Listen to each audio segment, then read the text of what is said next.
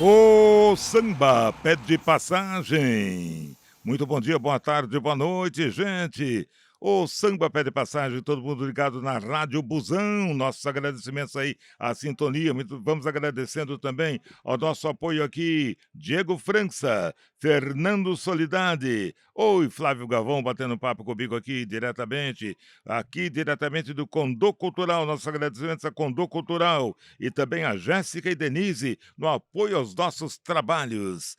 Isso aí, gente. Boa noite, São Paulo. Boa noite, Vila Pompeia. Estamos aqui na Condô Cultural, hoje, dia 5 de dezembro de 2023, iniciando mais uma programação da Rádio Busão, dessa vez na fase final e com um dos grandes nomes aqui do rádio, né, brasileiro, Moisés da Rocha, que nos presenteou aqui com a sua participação e que hoje vai trazer um pouquinho do samba pé de passagem aqui de carona com a Rádio Busão, né? Muito obrigado, Moisés. Eu que me sinto honrado por esta nova experiência também. Eu digo sempre, né? Nunca é tarde para se iniciar uma nova jornada, né?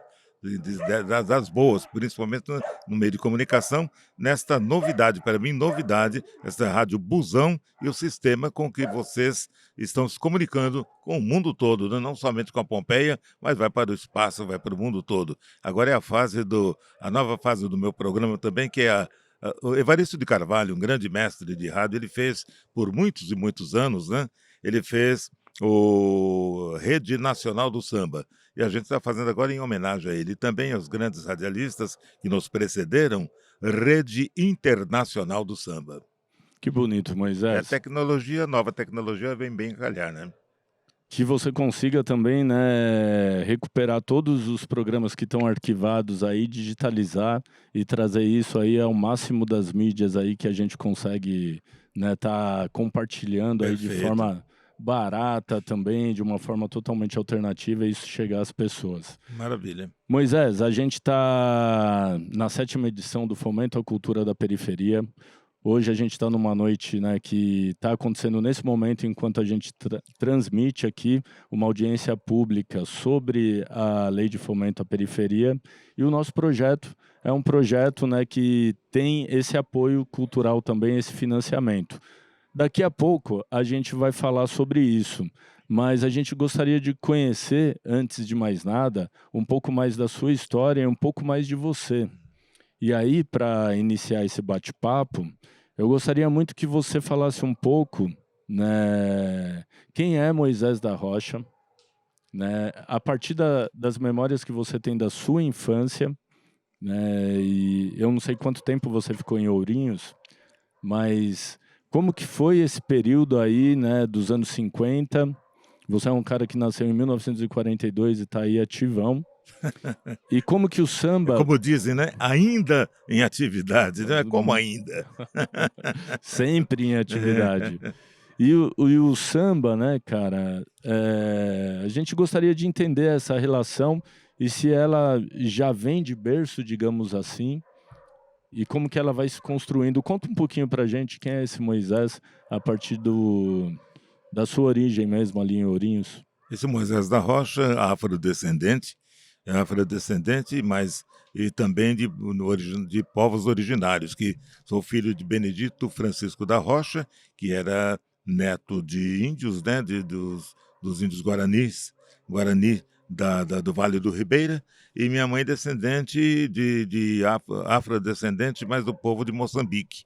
Aí se juntaram, então surgiu uma família, a família Rocha em Ourinhos, né? Família do Benedito Rocha e Maria José da Rocha. Minha mãe ele havia estudado cavaquinho, meu pai tocava um pouquinho de violão também, e sempre foram amantes da cultura popular. A gente, desde criança, aprendeu, tanto através do rádio e através também das festividades nas periferias, nos sítios, nas fazendas, que nós morávamos, lógico, na periferia. Negro e descendente de índio negro, não ia morar no centro da cidade, né? Minha cidade, como todas, a maioria das cidades do interior e de todos os estados, quem mora no centro, nas capitais ou nas grandes cidades, são sempre as pessoas classe média alta para cima, né? São os fazendeiros, o pessoal das fazendas de café, de algodão, e nós sempre negros, sempre morando na periferia. No tempo ainda de cisterna, né? Hoje que se chama o sanitário da cisterna no fundo do quintal, não é isso? Pessoas mais sem privilégio, desprivilegiadas ainda era lá atrás da bananeira mesmo, né?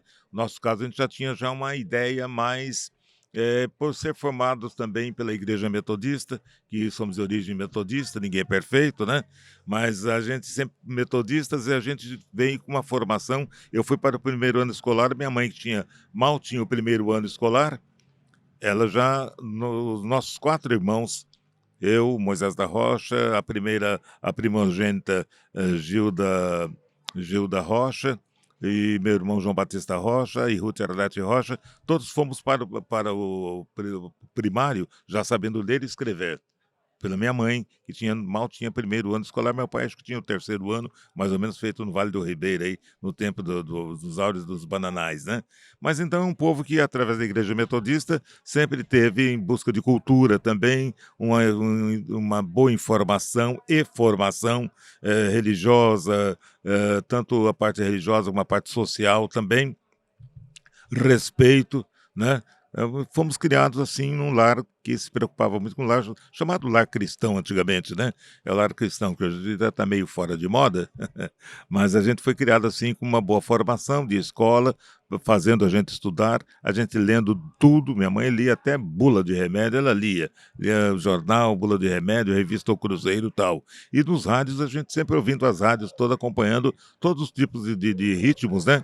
Nos bons tempos, nos áureos tempos do rádio, dos anos 40, depois dos anos 30, vem os anos 40, então, com Chico Alves, as grandes vozes, aquela coisa toda tal. Nas festividades, a gente estava sempre acompanhando, sempre vendo aquelas festas do povo mesmo, né? Ouvindo chorinho, ouvindo sambas de verdade mesmo, as grandes valsas, né? Tempos das valsas todas. Foi criado nesse espírito assim. Mas depois acabamos indo para morar em Salto Grande, de Ourinhos mudamos para Salto Grande, numa armadilha que meu pai caiu lá, fez um negócio da base de fio de bigode, Que e ano? quem fez negócio com ele não usava bigode, né? Ficou ele com o bigode, nós sem a grana. Aí acabamos indo para recuperar uma Fazenda Santo Antônio, em Salto Grande, onde se foi feita ali a usina do Paranapanema, né? A hidrelétrica ali Que do ano Paranapanema. isso, Moisés? Aí, 1950, 48, 48, 49. 49, mais Você ou é menos. garoto ainda, né? Garoto, tinha feito o primeiro ano, passado para o segundo ano escolar. Entrei naquele tempo eu entrava com 7 anos, né? Eu entrei com 6 anos, entrei um ano antes. Na escola, que eu já sabia ler e escrever, entrei um ano antes. Então, 42, né? 42, 48, 49 mesmo, 49, lembro. Mais ou menos aí. Aí ficamos lá, como recuperamos o sítio fazenda, né? Tal, tudo funcionando beleza. Meu pai é muito prendado, né? Em serviços de fazenda, carpintaria, sabe, marcenaria, carpintaria. Minha mãe era cozinheira profissional, então se fazia os frutos, se usava e abusava de todos os frutos que tinha na terra ali direto, o leite, por exemplo, né? Se tinha tudo em casa, grande fartura mesmo. De repente, o sócio, né, que não tinha usava bigode, mas era da igreja metodista também, né?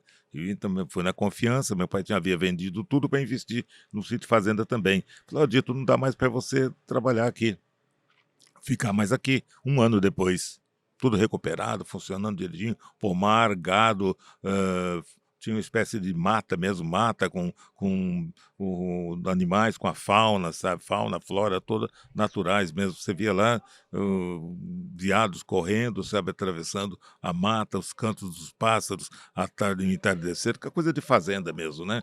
Aí, mas por que não posso ficar mais aqui? É porque o pessoal não quer receber ordem sua, porque você é preto e eles não querem receber ordem de preto. Foi uma das experiências mais danosas, que lógico que eu não sabia na época, depois é que minha mãe me contou o que havia acontecido. Ele simplesmente, cheio de dignidade, que o povo pobre tem esse negócio, tinha muito disso aí, e hoje ainda sofre muito por isso, esse negócio de você foi ofendido em sua honra, fique tudo aí, lá no Deus vai castigar ou não, tal, com todo cheio de dignidade, juntou todas as coisas, com a mão atrás, outra na frente, e voltamos para Ourinhos novamente. Aí fomos morar no aeroporto, aí ele, com o tempo, né, ele Aí era eletricista também formado, estudou a luz de Lampião, fez o curso do Instituto Monitor, não me esqueço disso aí, mas tornou eletricista também com muita habilidade, tinha amizade, muito querido pelo prefeito da cidade e tal. Arrumaram então para ele ser o guarda-campo, que era o responsável pelo guardar o campo pela aeronáutica, né, o campo de aviação, que chama no interior, o aeroporto, né, mas era também, tínhamos também direito a explorar o restaurante e também o bar e restaurante do aeroporto. Porque aquele tempo do DC-3, esses aviões que você vê em filme de guerra, que desce e pousa em 100 metros, 200 metros de pista, ele pousa, decola tal, muito utilizado nos anos na Segunda Guerra Mundial. Então, mas lá tinha o avião para ir na linha da VASP, para ir de São Paulo, Presidente Prudente ou ir até Maringá, que eram duas linhas, ele tinha que parar em Ourinhos para reabastecer, sabe? O pessoal almoçava, tipo que faz o ônibus hoje em dia. Uma viagem que depois virou de 30 minutos, uma ponte aérea, por exemplo, né? De viagem de era 2, 3, 4 horas de viagem, hoje passou a se fazer em 30 minutos, 20 minutos, né? Mas o pessoal parava lá e almoçava, almoçava, enquanto isso eu tirava os saquinhos de enjoo do avião, que eu já estava empregado então na VASP, né? E me sentia um aeronauta, né?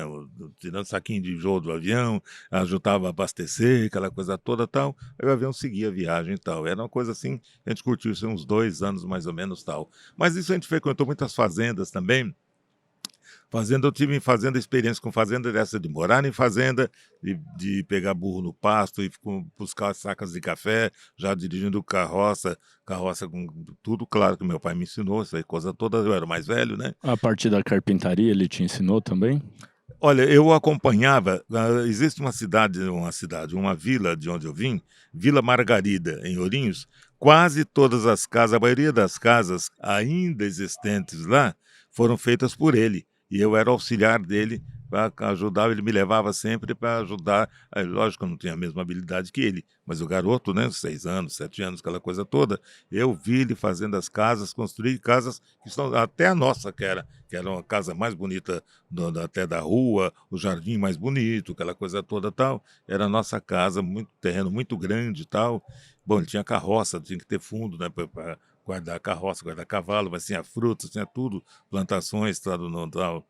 Mas eu assisti a ele, fui assistente dele na construção das casas lá. Marcou, quer dizer, é uma coisa que é a história da cidade, talvez quando apareça alguém interessado em contar a história do protagonismo negro, que nós somos numa fase agora mais aguda do que nunca do apagamento do protagonismo do negro na cultura brasileira, né, de qualquer de outro país. Assim como aconteceu nos Estados Unidos com os Panteras Negras, com as grandes personalidades, os grandes inventores, os grandes matemáticos, os grandes pensadores, que parece que na África nunca existiu. Parece que na África nunca existiu inteligência, nunca existiu cultura, né? Só quem conhece e estuda, estude a história da África, vai saber que já sabiam metalurgia, vai ver o povo egípcio, né? Na época da dinastia africana, né? De negros, dos faraós, por exemplo, da medicina, uma série de coisas tal.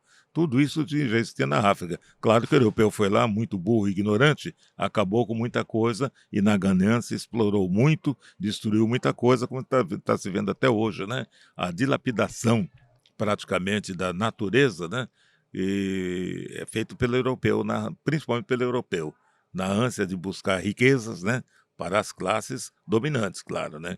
Que Portugal nunca foi um país rico porque explorou a colônia quando colonizou a África. A Inglaterra nunca foi igualitária, com direitos sociais iguais, explorando os outros povos. Não, os bens que vieram de lá sempre veio para a realeza e para a aristocracia, né? Veio para a classe dominante sempre, né? O povo foi sempre o povo, sempre morreu de peste antes de qualquer um, e isso continua até hoje, né? Quando você pega o governante que nega vacina, que nega medicina, que enxerga a terra plana ainda, essa coisa toda, né? Mas tudo isso tem um interesse, né? Tem interesse, tem uma motivação, que é o domínio, né? Dominar, né? Manter a diferença social. A gente vinha conversando aqui agora há pouco com um motorista até de táxi, e a gente falando sobre isso aí. Vai pegar dos tempos, voltar um pouco, né? Diversificar um pouco aqui a conversa, porque tem muito a ver com a minha formação. Você lê a Bíblia, por exemplo, como eu, metodista, hoje me afirmo, antes de ser metodista, eu sou ecumênico, né? Antes de ser, a tolerância que tem comigo e que eu tenho com as outras demais religiões e o respeito também. Esse é ecumenismo, né?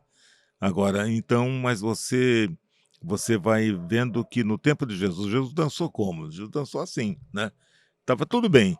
Quando ele fala que ele é todo ser humano, tem direitos iguais, aquela coisa toda, tal, pronto, dançou. A mata tá enchendo o saco, vai ficar agitando o povo, né? Tá se dizendo que é rei, não estava dizendo que era rei, coisa nenhuma. Sempre disse, dá a César o que é de César, é Deus o que é de Deus. Oh, Deus o que quer? É justiça, é amor, é fraternidade, é solidariedade, é tolerância, uma série de coisas. Igualdade de direitos e oportunidades. Então, como era antes, matam Jesus e todo aquele outro qualquer que o seguisse e apregoasse os seus ensinamentos aí, e direitos iguais, coisa nenhuma. E a coisa está pior hoje em dia, né? Piorou bastante. Então. E se Jesus voltar hoje, tem religião aí que diz, os adventistas estão aguardando, e muitas outras religiões, aguardando a volta de Jesus. Tal. Se Jesus voltar hoje, se ele voltar como criança, ele não passa de 2 anos. Não passa de 2 anos. Ele chegou a 33, deu sorte na época, né? Você Hoje, já fez um comentário? Hoje, com os métodos para extermínio, ele vai embora muito mais rápido, né? Então, Mas tem envenenamento, tem um monte de coisa. você fez um comentário em uma fala de uma entrevista bem longa que você deu e está no YouTube. Você comenta que é um dos primeiros casos de tortura de Estado, né? O caso de Jesus Cristo. Oficializado. E você abre ali uma história imperialista que segue curso até hoje, né? E as técnicas foram se aperfeiçoando. Claro, os métodos são. Pô, hoje em dia, você veja bem, você como extermina nações, você extermina nações. Há diversos métodos de exterminar nações. E tem pessoal especializado. O Hitler, será que o Hitler seria aprendido de feiticeiro hoje? Né, com as tecnologias que tem hoje, ele teria matado muito mais gente, né? Muito mais gente teria morrido mortos impiedosamente, né? Sob as patas desses animais. Mas os animais, desses animalescos, né? Não animais, esses animalescos aí, eles continuam ainda dominando e torcendo para que se extermine os diferentes de mim, os diferentes de si, né? Não é igual a mim, tem que ser eliminado, a intolerância. Estou falando disso por causa da intolerância, uma série de fobias, né? Que o camarada não resolve seus próprios problemas e não se conforma com quem não for diferente dele, né? Ou então ficar com medo de se tornar igual a ele e ter os mesmos hábitos ou vontades como ele. Então é tudo camuflado tal. Quem é diferente você elimina. Com os métodos que existem hoje, então está dizendo por quê? Você se mata um menino se morre um cara da sua linhagem, barbaridade. Hoje em dia o cara fala, não, que o país lá que matou criancinha, despedaçou criancinha e mandou para os pais, aquela coisa toda tal. Mas que acontece isso com o do outro país, pobre, por exemplo? Não. Aí você, pô, não, eu estou me defendendo, eu já mato todo mundo de uma vez por igual, que aí fica, né, para esses ataques, aquela coisa toda tal. Então essa desigualdade, essa mentira que é tolerada. Estou falando isso, eu falo com propriedade porque eu servi na ONU. Eu fui soldado da ONU. Sonhava, adorava o exército, aquela coisa toda, Em que né? ano isso? Em 1960, eu servi de 61 até 65. Mas aí você estava como soldado aqui, Como soldado aqui, se inscreveu. me inscrevi e fui para as Forças de Emergência das Nações Unidas, United Nations Emergency Force, que era um batalhão que existia desde os anos 50, 49, quando Oswaldo Aranha, comandando aquela antológica reunião armada pelos países das grandes potências, né, para destinar lá a separação, o terreno, a terra lá para Israel, né, e também para os palestinos também, que já estavam lá também no caso, né, conjuntamente com outros povos tal. Então, mas nessa fase. Mas quando você vai viver lá, eu saí daqui, digo isso por quê? Podemos depois entrar, quem interessar, podemos entrar em mais detalhes, tal, que não vai dar para contar num programa só. Sim. Mas só eu voltei envergonhado com a ONU. Voltei envergonhado. Esses dias eu vi alguns presidentes, alguns estadistas, já ouvi alguns estadistas falando que a ONU não está cumprindo o seu papel. A ONU nunca cumpriu, né? Na realidade, nunca cumpriu. A ONU foi criada por grandes potências, como acontece depois de tanta grande guerra. O que acontece depois da Grande Guerra?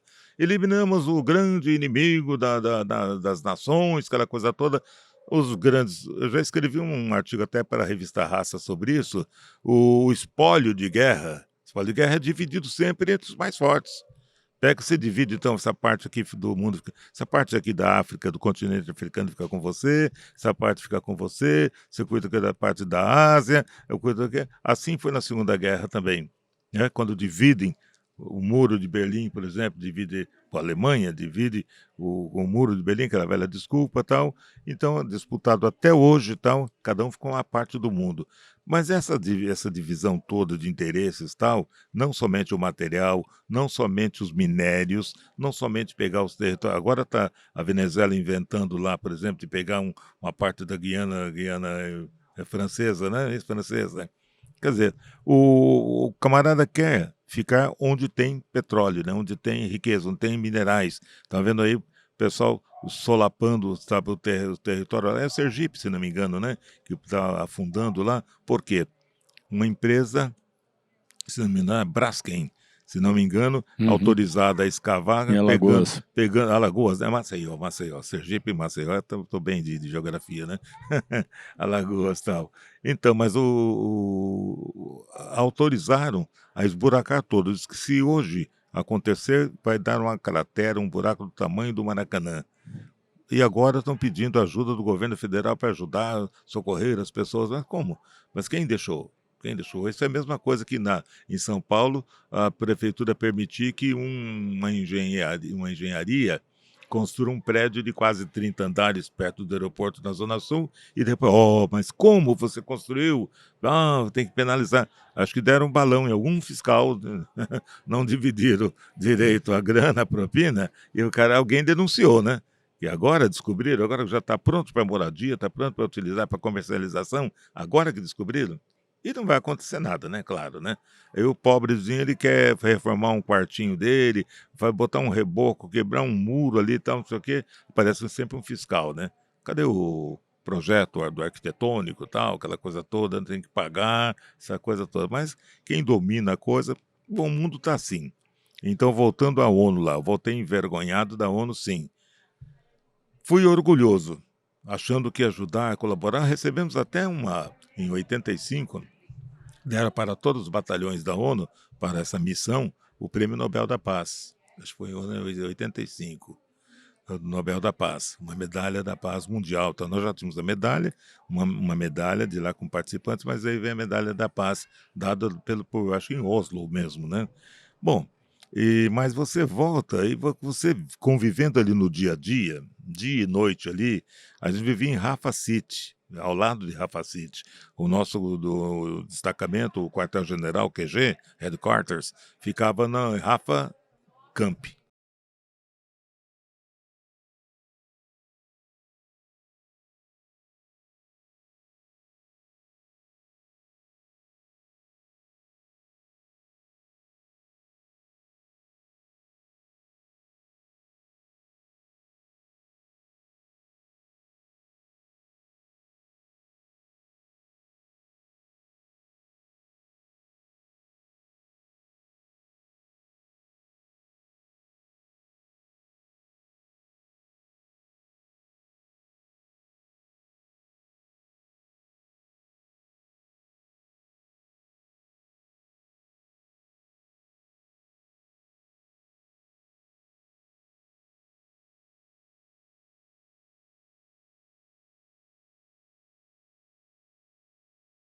Não é isso?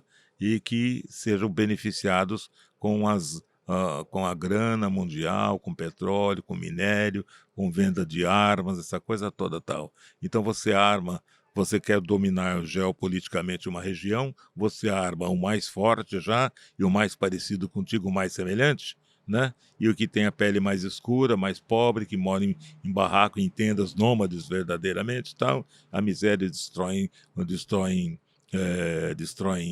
hospitais, destroem escolas, matam crianças, aquela coisa toda. Acabaram com a juventude, né? São um genocídio mesmo, mas acabando com a juventude para limpar.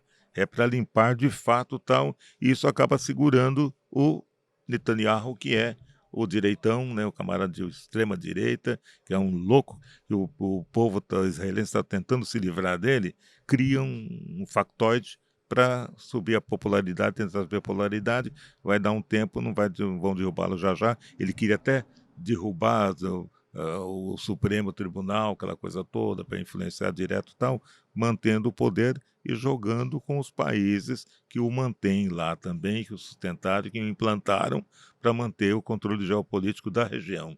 No fundo, é política, né? É uma geopolítica genocida. E o tempo vai dizer também, tem petróleo ali na faixa de Gaza Claro, e eles não estão fazendo esse genocídio, essa limpeza, claro, a tua só não é pelo que ocorreu ali no dia 7 de outubro, né? só para dominar, só para ter domínio. Não, e aquela coisa, né? Você com o método mais é terrível. Você vê, então, se massacrarem uma criança, é cruel. Cortar em pedacinhos, não cruel demais. Agora, se você com um gás com um efeito rápido, sabe? Um veneno bem que não tem sofrido, morrendo sem sofrer, sem nada, tal, não é tão cruel assim, né? Então, você pode matar milhares de crianças, milhares de jovens, ceifar milhares de vidas, mas com um método muito mais higiênico, muito mais limpo, né? Não o Rito foi terrível, né? Ele foi um bandido, um monstro, não. Você mais com a tecnologia moderna, você mata sem dor, você não precisa sentir dor, nada tal. Aí fica tudo igual, tal. Você horroriza. Quero dizer o seguinte: o camarada ignorante, ele se horroriza, fica horrorizado com os métodos cruéis dos assassinos sanguinários, tal. Mas quando você morre e não vê sangue, você só vê pilhas, só tal. Aí tá tudo bem. Se eu quiser, um sentido figurado, né? Mas para dizer que a insensibilidade, né, a ignorância da pessoa, ou o desdém que se tem, de repente, o camarada é de um país rico, pessoas ricas, classe média bem postada, todo mundo se alimentando bem, invadem as terras dos outros, expulsam as terras alheias, não tem divisão igual nenhuma, não se toleram também, tem loucos de um lado e loucos do outro, né? Loucos e loucos, a guerra de loucos e as populações é que sofrem. Incrível, Moisés. Vontade de dizer muitas coisas aí, inclusive o pedido de perdão aí, de devolução de algumas, né, obras aí de saque que a Alemanha fez recentemente, se eu não me engano, para Gana. Isso me veio à cabeça. Mas eu queria, antes até de abrir demais, né, quando você falou ali do Vale do Ribeira, nessa trajetória sua pelas fazendas, você chegou a ter conhecimento dos quilombos, ou mesmo ter um contato com os quilombos do Vale do Ribeira? Como que isso era ali para você? E aí, é uma coisa para você pensar, né? Se o rádio, que já era importante, como você falou, né, nesse momento inicial, né, ainda garoto, se você via alguma representatividade do povo negro, né, da cultura afrodescendente, a partir da música, porque você mesmo já deixou bem explicado, né, em de uma das suas entrevistas, que o rádio nasce, né, a partir de um racista, né, que é o Roquete Pinto. Exatamente. E ele tinha um programa ali de apagamento que ele seguiu o curso, e tudo que a gente faz é fruto de uma resistência, que você é um dos caras que deu o pontapé inicial aí pelo menos 50 anos atrás, no mínimo, né? A curiosidade sobre o Roquete Pinto é que, na realidade, não é nada nem tão absurdo, não, porque ele fazia parte. Bom, quem veio para o rádio, quem trouxe o rádio, por exemplo, o Roquete Pinto, ele trouxe o rádio ligado com um pessoal rico, e dizia ele que era para educar o povo, o rádio é meio para educar o povo, assim, concordo, sim. Grandes programas foram feitos, inclusive, né, para a educação do povo. Mas porque era um povo que precisava ter educação. Lembrando que o Brasil sempre teve um período, principalmente pós-guerra, período de querer ser europeu, não é isso? E a eliminação, por exemplo, do povo negro, sabe, a higienização, sabe, o pessoal higienista, né? Era limpar, vem o Casagrande Senzala, por exemplo, o pensamento do Gilberto Freire, é uma linha, tinha linha mais, eu acho que é frenologia, se não me engano, é uma teoria que existia com um pessoal que admitia que a fisionomia, o tamanho, a medida, certas medidas do crânio da pessoa poderia detectar, sabe, o caráter da pessoa, o nível de violência e tal. Camarada, você vai utilizar isso aí. Aquele médico que ficou com as cabeças dos cangaceiros que foram assassinados lá, né? Assassinados, não foram presos, foram assassinados e cuidados, né? O médico levou a cabeça, ficou com as cabeças estudando o crânio dos cangaceiros e tal. Vai pegar no Nordeste, né? Nordeste, né? Nossa, a cabeça muito grande, né? Tal, das determinadas regiões. Então, o cara todo. Você vai pegar com o cara de Alain Delon, Tarcísio Meira, né? Com todo respeito, né? Vai pegar o cara com galã global. Não vai pegar, né? Vai pegar de Moisés da Rocha para baixo, né? Isso. Já me coloquei numa posiçãozinha melhor, né? Mas brincadeiras à parte, é um preconceito que existiu, permaneceu na medicina até certo ponto, depois acabou abolida. Mas por que dizendo isso? Porque o Roquete Pinto, com todo o seu pioneirismo, trouxe o rádio e tal para o Brasil, e no fim ele acabou, não sabendo mais o que fazer com o rádio, ele acabou, para manter o rádio, ele ligado com Getúlio Vargas, acho que foi Getúlio Vargas, o autorizou, Getúlio esperto, vendo o valor, a importância do rádio na comunicação e no domínio de massas, tal, acaba autorizando eles a venderem comerciais, a comercializarem os programas, né? Então, mas nisso tudo eu quero só falar o quê? Paralelamente, quem veio trabalhar em rádio foi só camarada de classe média.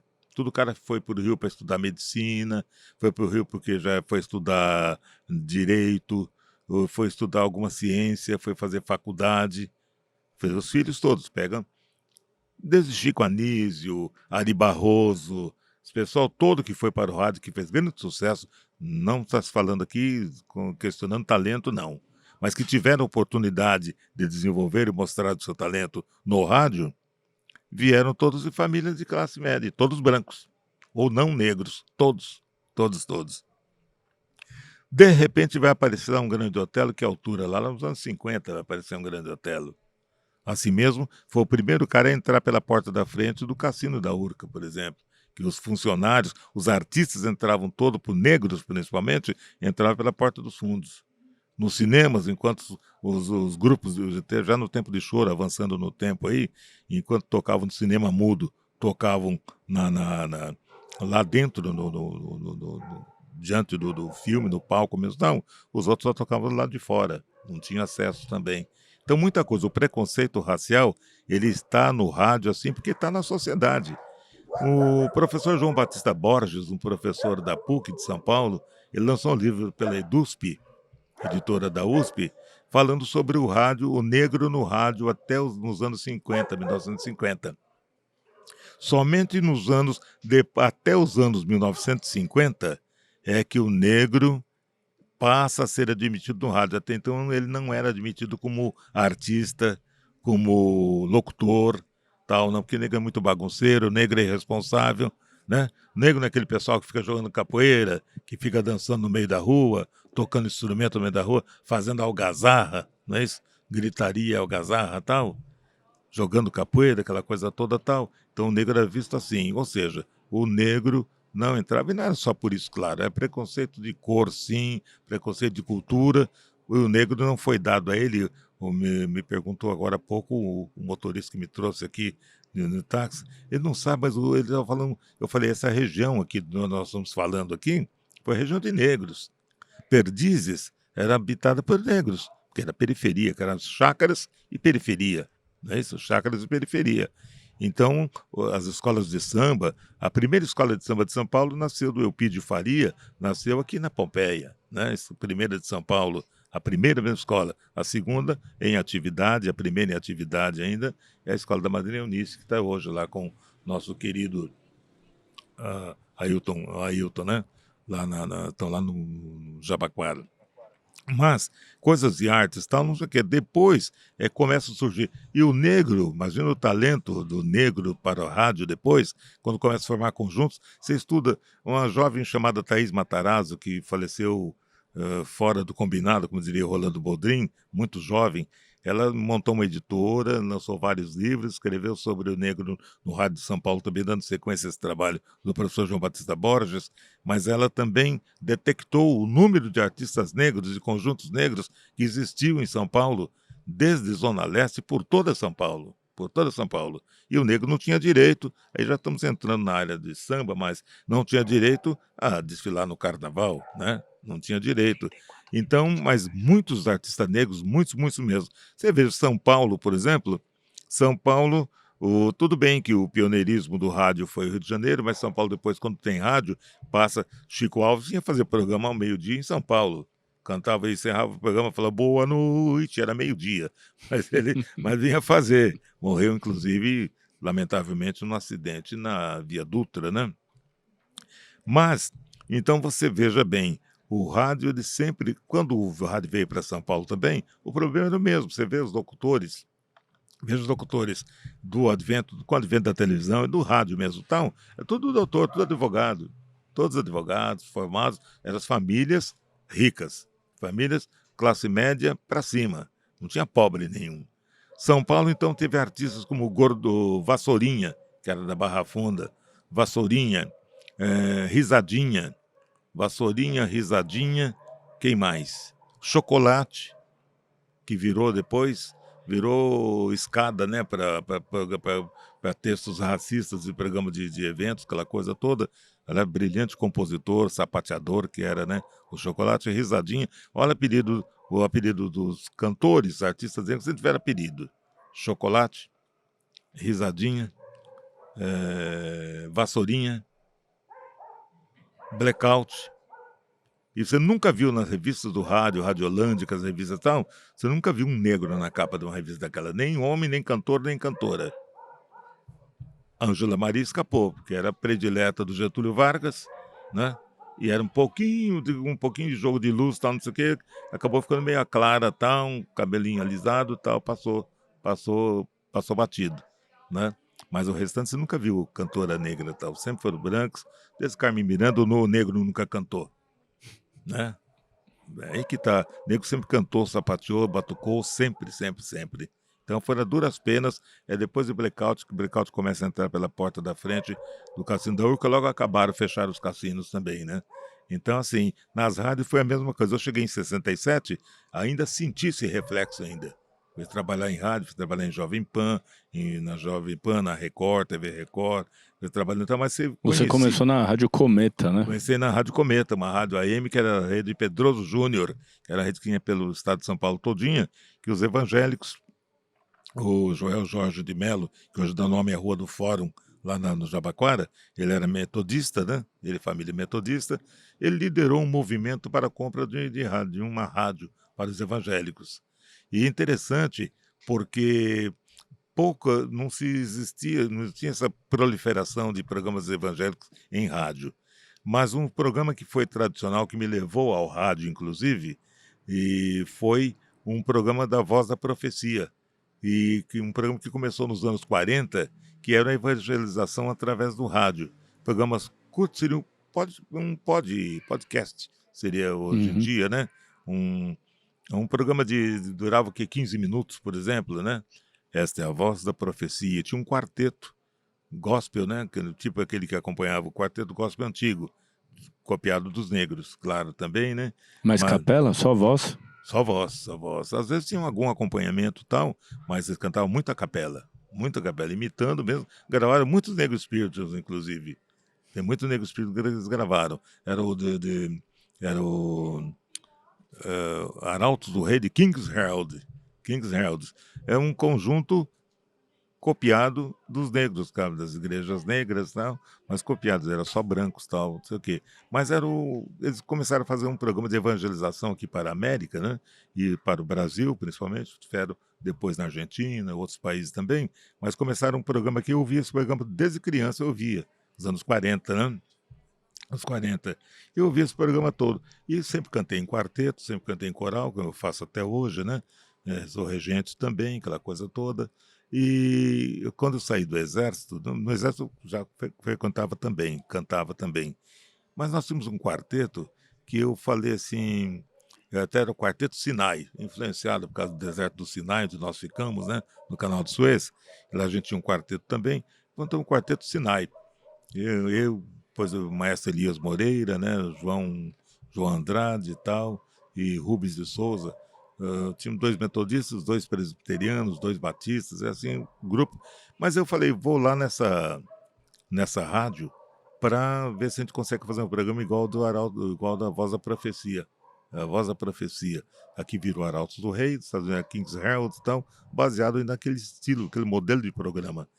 Cantava-se uma música, fazia abertura, tinha uma mensagem de uma meditação, né, um livretinho de meditação, de 2, o programa tinha 2, não passava de 10, 15 minutos o programa, e com uma música cantando. Eu fui lá, e quem me atendeu foi Domingos de Lelo. Ele era o diretor da rádio, ele era da Presbiteriana, da Água Rasa. Você ainda é muito jovem, tinha uns 24 anos, 22, 25. 23 anos, 25 já, 24. Eu estava em Suez, já estava com 21, 22, né? Até voltar, até chegar, essa época foi em 67, 25, 67, né? Aí eu fui lá e ele falou, me liga daí que uns 2 dias, me liga novamente, aí eu vou ver se arrumo um horário para você. Era para comprar horário, qualquer coisa, né, tal. Eu tinha trazido um dinheirinho também, essa coisa, né? Aí eu liguei, uns 2, 3 dias, liguei para ele, eu falei, olha, aconteceu uma coisa incrível aqui, naquela época já. Ele falou assim, dificilmente um locutor pede demissão. O locutor daqui pediu demissão, tem uma vaga. E ouvindo a sua voz, eu acho que você iria bem aqui, né? Eu nunca sonhei em ser locutor, nada, né? Admirava, queria ser cantor, na realidade. Eu era cantor. Cantor de música popular, inclusive, crooner, né? Aí ele falou, vem aqui, faz um teste, não quer fazer um teste aqui? Fui lá, fiz o teste, ele falou, você vai ser o melhor locutor da emissora. Claro que exagerou, né? Depois fui me ouvir com o tempo, né? Tá bem cru, né? Mas aquele negócio, porque na igreja protestante, as tradicionais, pelo menos, as igrejas mais tradicionais, as da Reforma, você sempre cantou, você participa de peças teatrais, né? Você faz piadas, vai para o palco, faz narração. Então, isso me desenvolvi naturalmente isso para me fazer locução, então foi fácil. No Exército, no tempo que eu fiquei, ajudava, narrava aulas para oficiais, para sargentos, era o guia de educação física, tocava na banda, cantava, fazia shows. Então, para mim foi uma sopa no mel, né? Foi fácil. E eu digo assim, não é por acaso, nunca tem mais. Parei de falar, por acaso eu estava em tal lugar, por acaso, não. Tudo são Deus te encaminhando para uma missão, sabe? Hoje me pergunto, como é que você se sente hoje e tal? 46 anos de USP, agora para 46 anos, tal, 50 e tantos de rádio e tal. Foi em 67 que eu comecei, né? Vai para 56, né? Eu falo, sinto que eu estou no caminho certo, cumprindo missão sempre. O pessoal, muito obrigado, cumprindo missão, sempre, sempre. Ô Moisés, Deixar você falar um pouco. E o pior é que eu quero te ouvir. Dizem que radialista é bom conservador, tá aí a prova. Bom conversador e tá aí a prova, né? Cara, eu vou ter que pular algumas coisas por uma questão de tempo, mas eu acho muito importante a gente conversar, né, não só sobre o rádio em si, né, como um meio de comunicação, mas pensar que, assim como o samba e ao longo da história, né, o funk, outros gêneros musicais como o punk, né, a gente tem o hip hop, foram criminalizados também. O fazer rádio ainda hoje é criminalizado, né? A gente tem não só os programas como um programa, né, que é o seu programa na Rádio USP, ele está dentro de uma instituição de ensino, mas a gente tem uma série de outras rádios que trabalham cotidianamente na resistência de fazer suas transmissões e tentar ocupar esse espectro, né, que hoje é vendido e dominado pela Anatel, e ele é fracionado para que a gente não tenha alcance com as nossas programações. E com muita mentira, né? Dizem que a transmissão do rádio, a frequência, ela vai derrubar avião, ela vai invadir as rádios da polícia. Já existiu um curso na Faculdade de Medicina da USP, onde um técnico, né, uma pessoa séria, foi lá falar: ó, isso é tudo uma bobagem, uma invenção para impedir e assustar as pessoas para que elas tenham ainda mais medo de ir para a prática da radiodifusão, né? Mas eu queria lembrar que Esse é o mau uso desse meio de comunicação, né? As fake news, então, não são não é novidade, né? Não é coisa nova, né? E o poder sempre usou muito bem isso, os preconceituosos sempre usaram muito isso aí. Mais um detalhe também, hoje eu estou na Rádio Universidade de São Paulo, hoje não, estou desde desse tempo todo, mas a luta para continuar lá foi muito difícil, não só para mim, não, para os professores da ECA, que uma pá de professores lá, que com visão, sabe, e desprovidos de preconceito, criaram essa Rádio Universidade de São Paulo e tiveram a ousadia de fazer uma programação diferenciada que revolucionou o rádio. E pouco se fala isso. Meus respeitos até a Mário Fanucchi, a Fernando, o professor Fernando também, e uma série de professores lá que tiveram essa ousadia de montar essa rádio, né? E botar uma primeira rádio a tocar FM, primeira rádio a tocar música sertaneja, primeira rádio com Inesita Barroso fazendo programa de sertanejo, botar o samba pé de passagem, primeiro programa de samba, botar Randall Juliano apresentando o programa de samba quando eu cheguei lá para fazer a programação, mas quem apresentava era Randall Juliano, né, o galã da Record, aquela coisa toda, vozeirão, né, tal, Virgínia Moraes, né? Então, Fernando Santoro, o professor Fernando Santoro, tal. Então, pessoas assim, o primeiro mesmo que foi, era um locutor da Bandeirantes, né? Ele fazia um programa lá ao meio-dia, não, de manhã. Matou, tem que pagar pelo crime que praticou. Patrulha Bandeirantes, defendendo a cidade contra o crime. Leonardo de Castro, né? Que era André Casquel Madrid, o nome dele direito, né? Dos grandes locutores. Aí são pessoas que influenciaram a gente, que criaram essa rádio, mas outro lado, lá era assim, era sabido o seguinte, pesquisa, tem um conselho universitário, e eu desconfio que não mudou muito não, né? Mas se o conselho universitário é metade, achava que o programa Samba Pé de Passagem, que estreia naquele 77, né? Que metade achava que era um programa muito popularesco, que não estava à altura do nome da universidade, da tradição da universidade de São Paulo. E o outro não, outro programa achava que a cultura popular tinha que estar lá dentro, tinha que ser apresentada e tal. Venceu esse pessoal que hoje em dia defende as cotas para negros, defende as cotas para a diversidade, sabe? E lembrar também, o cara fala, tem cara que até fala, eu sou negro, nunca precisei andar atrás, choramingando atrás de cotas, tal, não sei o quê. Não tem, porque ele esqueceu que o pai dele foi escravo, esqueceu que o escravo levou um pé um pé no bumbum, né? E, olha, está livre, que você e sua família está livre, pode ir embora. Vai pra comer de rua. graça. Vai à rua, vai comer de graça aqui. Não ganhou um metro sequer. Falar acre já é muita coisa, né? Nem um metro quadrado para plantar um feijão, foi dragado. Então, a libertação da escravidão, da escravatura, o último país da América, né? Das Américas a libertar seus escravos, né? Liberdade de grupo, que liberta, mas aprisiona no preconceito, na falta de trabalho, na falta de alimentação, jogada à própria sorte. Você tem que roubar para sobreviver, pegar de alguém para sobreviver, assaltar, alguma coisa você tem que fazer.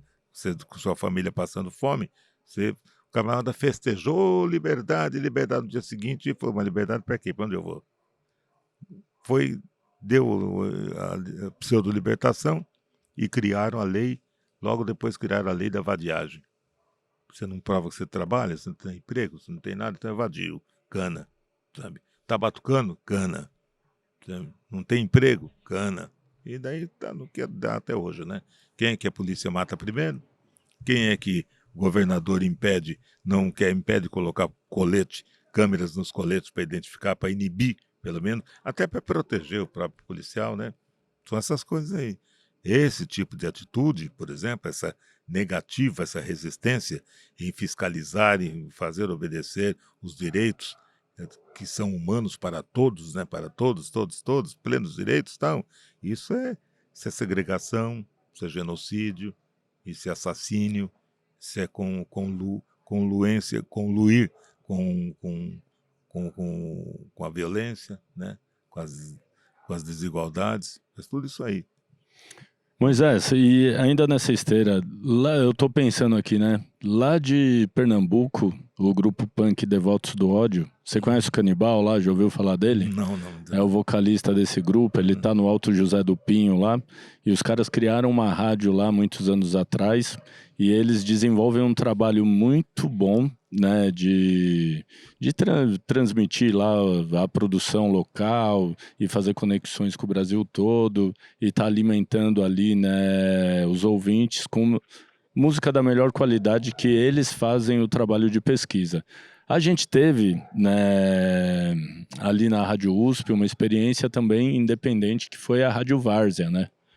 Você chegou, como que foi para você? Se chegou, né? Se você conheceu o pessoal, se chegou essa informação, como que Rádio Várzea. ali a turma da história ali da Mas é numa rádio que eles montaram ali dentro eles da USP, montavam, né? era uma coisa operante como a nossa, assim, de vez em quando ela Eu funcionava lá. me E lembro que eles eles andavam montaram. pela cidade, foi um dos Exato. primeiros grupos que a gente teve contato e que apresentou um transmissor pra gente lá no Peruche. A gente estava lá no Parque Peruche fazendo um trabalho de cinema e eles eram nossos parceiros, levaram o transmissor e passaram um dia transmitindo na região. Então, não cheguei, não tive oportunidade. Eu queria muito ter participado com eles na rádio deles, né? E não consegui. Mas tem umas passagens assim fantásticas, né? Uma greve, por exemplo, a rádio conta muito na história da Rádio USP, que os alunos da ECA tentaram invadir a USP, ameaçaram invadir a USP correu, passou a transmitir a programação do Pico do Jaraguá. Isso é uma história, né, da USP, né? Mas aí aconteceu, eu estou nessa história porque houve um seminário sobre rádio, né, num dos barracões ali da USP, né? E eu sempre fui ligado com o Sintusp, né, aquela coisa toda tal. E eu tô lá assistindo, né? Tô lá, tenho foto até hoje lá assistindo tal. E aí eu falei, fiz uma intervenção. Então, eu tinha acabado de chegar na USP. Eu falei, eu já era do sindicato dos radialistas tal. Falei, eu acho um absurdo, né? Pintou a dificuldade do aluno participar da programação da rádio. Por que não participava? Falei, eu acho um absurdo uma rádio dentro de uma universidade não ter um espaço, abrir um espaço para... Quando eu cheguei na rádio, o diretor falou, o que houve lá? Que aconteceu? Nada, eu só sugeri que fosse aberto um espaço, né, e de fato ficou muito tempo funcionando lá, mas abriram espaço depois graças a Deus abriram espaço, né, para os estudantes. Tanto é que um dia Mário Fanucchi, um dos mais brilhantes radialistas e professores da ECA, ele chega para mim, Moisés, vem aqui. Me levou lá no estúdiozinho, lá no estúdio 1, no fundo da antiga Rádio USP, na antiga reitoria, né? Olha lá, um garotão, boa pinta lá apresentando tal, ele uma menina apresentando também, 2 alunos. Ouça um pouco aí, fiquei ouvindo, cara, tal. É o nome dele, William Bonner Jr., virou William Bonner depois na sequência, né? E Denise Villimier, que depois foi para TV Gazeta e tal. E assim muitos nomes surgiram e muita gente teve oportunidade de exercer, né, e de mostrar o seu trabalho. Nossa, e era William Bonner, um galã, né, da época, né? Aluno, boa pinta, aquela coisa toda tal. Mas a humildade deles, a vontade de participar e de compartilhar tal, ele é assim até hoje, né? Só está com cabelo branco só. Que demais, cara. E colecionando carro antigo, É. né? Ô Moisés, e a Rádio Muda lá na Unicamp? Você conheceu essa história aí? E a Não. perseguição dela lá? Então, eu tenho uma falha no meu currículo, é de me envolver tanto com samba pé de passagem, de nunca ter tirado um período de férias na Rádio USP. Nunca tirei. E, nossa, eu fui tirar a rádio quando começaram a me perseguir, uma diretora que tirou o programa do ar uma época e tal, né? Mas eu sempre fiz em outras emissoras, nunca fiz programa só na Rádio USP. Fazia na Rádio USP, fazia na Rádio Gazeta. A Rádio Gazeta tinha 2, 3, 4 horários lá, do Alberto Maria Helena, quando era diretor de rádio lá, a falecida também irmã a Maria Helena Kfouri, né, irmã do Juca, né? Ela era coordenadora lá, e eles me levaram para lá para fazer o samba pé de passagem lá. Fiquei um bom tempo, vários anos lá, mas eu sempre fiz A Rádio USP, onde mais houvesse espaço para fazer samba, para levar o samba. Cara, vamos pensar isso aí de levar você para a Rádio Cantareira, Rádio Tranquilo, Heliópolis, para todas tranquilo. as rádios É a minha comunitárias que luta, é a estão. minha luta. Eu trabalhei muito em rádio comunitária. Olha o samba Muito, pedindo muito. passagem aí, hein? Tranquilo, tranquilo. Já tô, Show tá? de bola. Mas ah, Moisés, uma última questão para a gente encerrar. só contar então rapidamente, nessas rádios que eu fiz, então, a Rádio USP tem, a primazia, o privilégio de ter lançado o programa, ter divulgado o sucesso do Fundo de Quintal é em São Paulo, se dá em São Paulo, o sucesso de Zeca Pagodinho, Jovelino Perano, essa virada desse marco divisor de águas do samba acontece em São Paulo através, principalmente, primeiramente, pioneiramente, da Rádio Universidade de São Paulo. Não é nem Moisés, Rádio Universidade de São Paulo. Estão os livros, estão os documentários, tudo testemunha, sabe? Vai contar a história do Fundo de Quintal? Não tem de falar sobre a Rádio Universidade de São Paulo, que abriu espaço realmente, tocou sertanejo, teve Inesita Barroso na programação e muita gente, sabe? Cara, e você entrevistou nomes ali. Cheguei, entrevistei, graças a Deus, entrevistei Clementina de Jesus, Nelson Cavaquinho e Bete Carvalho, então, era presença constante. Jair Rodrigues já é pessoal já mais recente, né? Mas a velha guarda, por exemplo, primeira entrevista que eu fiz em São Paulo foi Padeirinho da Mangueira.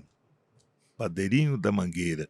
Ele veio, me lembro que ele veio, e eu queria levar ele para não sei aonde, um outro programa tal, e ele falou, não, não, ele estava indo para o AA, ele estava matriculado no AA, no Rio de Janeiro, tinha um voo para lá, pela Padeirinho da Mangueira, o primeiro entrevistado que eu fiz no programa da Rádio USP. Nessa trajetória toda, nos anos 80, o Rio de Janeiro, a rede católica de rádio, tem uma rádio no Rio de Janeiro, que era a rádio, ficava na Rua México, né? Rádio Carioca. Apareceu muito em filmes, a rádio histórica do Rio de Janeiro. Eles resolveram fazer com o sucesso da USP aqui, fizeram uma rádio mais de 24 horas de samba. É a primeira rádio no Brasil, e primeira rádio no Rio de Janeiro, principalmente, que é o Paz do Samba, aquela coisa Rio, a primeira estação de rádio do Rio de Janeiro a tocar 24 horas de samba foi a Rádio Carioca. Quem fazia a programação? Eu que fazia a programação de São Paulo. Eu viajava lá cada 15 dias para ouvir o pessoal, fazer a administração, a gente fala direção musical da rádio, né? Rádio Carioca. Foi uma explosão nos morros todos, aquela coisa toda tal.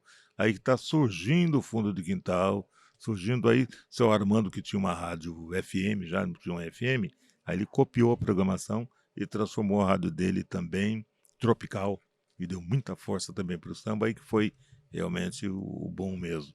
Mas então, coisas históricas a gente fez, de ser primeira rádio com 24 horas de samba no Rio de Janeiro. Na USP foi a primeira rádio FM a ter um programa especificamente de samba, de 1 hora para ser 2 horas, passou de ser diária, né? Diário, programa e tal, mas no Rio de Janeiro, primeira rádio, 24 horas de samba, quem fazia era o Samba Pé de Passagem. Que demais, cara. E você falou aí, né, de Jair Rodrigues, já um dos mais recentes. E aí, pensando em mais recentes, né, eu até te mandei a turma do Samba do Congo lá. A gente do tem, Congo, não. tem um Sou movimento grande aí. filiado lá, sou um dos parceiros lá. Oh, que Parceiros demais, lá, cara. Fernando Ripple, né? Fernando Ripple, a rapaziada toda. Entrevistamos ele aqui Feijoada da também. tia Luci, né? Da tia Luci, que faleceu, né? Da tia Lu, né? Tá aí, continua lá, feijoada e tal. Luz Volta e meia eu tô Nascimento. por lá, que eu sou de Pirituba, né? Meu pedaço mesmo. Tá ali na Origem de vizinhança. Pirituba, tô ali na área, Que demais, cara. E Moisés, hoje eu, quando abri até a conversa com você, citei que estava tendo, né, um encontro e para falar sobre a lei de fomento à periferia, e você é um dos caras aí que passou por vários momentos, né, dessa luta para a música e a representação mesmo da Não é cultura fácil. musical afro-brasileira. Ela tá nos rádios, ela tá na periferia, e que também, né, participou ali com a Alice Brandão. Porque se perdeu o medo da cultura popular, né? Se Mas perdeu o medo da você, cultura popular. um dos primeiros projetos de lei, né, que acho que é da Alice Brandão, que coloca o samba ali como um patrimônio da humanidade, você teve nesse processo também de criação porque- dessa lei, né? Exatamente, criado pela Alessi Brandão, que é a proposição declaração do programa como patrimônio imaterial do estado de São Paulo, né, do estado de São Paulo. E com muita honra. Leci Brandão foi que veio para São Paulo também, ela estava lá escorraçada praticamente, né, da Globo, dos meios de comunicação, pela qualidade de música, pelas denúncias sociais, grau de consciência social dela, que ela fazia. Fez música para a esposa do Rainha, para o pessoal do MST, para os professores, sabe, para a mulher, sabe, para a escola de samba. E ela veio para São Paulo e ela passou a integrar a caravana do Samba Pé de Passagem, né, que a gente percorria a grande São Paulo todinha, tal, e outras cidades mais, né? E ela estreou com a gente em São Paulo, tocamos um LP amarelo dela. Todas as faixas foram sucesso, todas as faixas, igual o primeiro disco do Zeca também, sucesso todas as faixas, tal. E daí o povo de São Paulo a abraçou de fato, né? E ela com muita dignidade tem nos representado muito bem. É a cantora, deputada, cantora, né? Que demais, cara. Esse é Moisés da Rocha, né? E a gente está muito feliz aqui, viu, Moisés? Com esse bate-papo, poderíamos fazer um programa de 3 horas aqui só batendo um papo com você, mas que a gente consiga ter mais encontros, mais cara. histórias que Monteiro Lobato. Né? E aí, Moisés, antes de mais nada, nós trouxemos aqui para você uma caneca de presente. Maravilha. Essa caneca é do nosso projeto, né, da Rádio Busão. E esse presentinho aqui, ele vem de longe, vem lá do Yanomami, do Rio Marauiá. Opa, então, meus povos originários, né? É um artesanato feito origens, pelo povo Yanomami, que a gente tem ele guardado aí, né, para presentear pessoas queridas. E sempre que tem momentos especiais como essa lembrança, ela é passada de mãos em mãos aí. E aqui nós vamos deixando o nosso abraço bem apertado para o Diego França, para também o Fernando Solidade, para o Flávio Galvão, que bateu um papo com a gente. Também aqui toda a rapaziada do Condô Cultural, oi Jéssica e Denise, que nos deram todo o apoio. A vocês que prestigiam, que amam o nosso samba bem brasileiro, agradecemos de todo o coração, convidando para nos acompanhar sempre na Rádio Busão, pois estaremos sempre aqui trazendo novidades, falando também, contando coisas do passado e trocando estas ideias sobre a nossa cultura popular e sobre o papel ativo, sobre o protagonismo da nossa cultura popular na vida das pessoas do nosso Brasil e de todo mundo.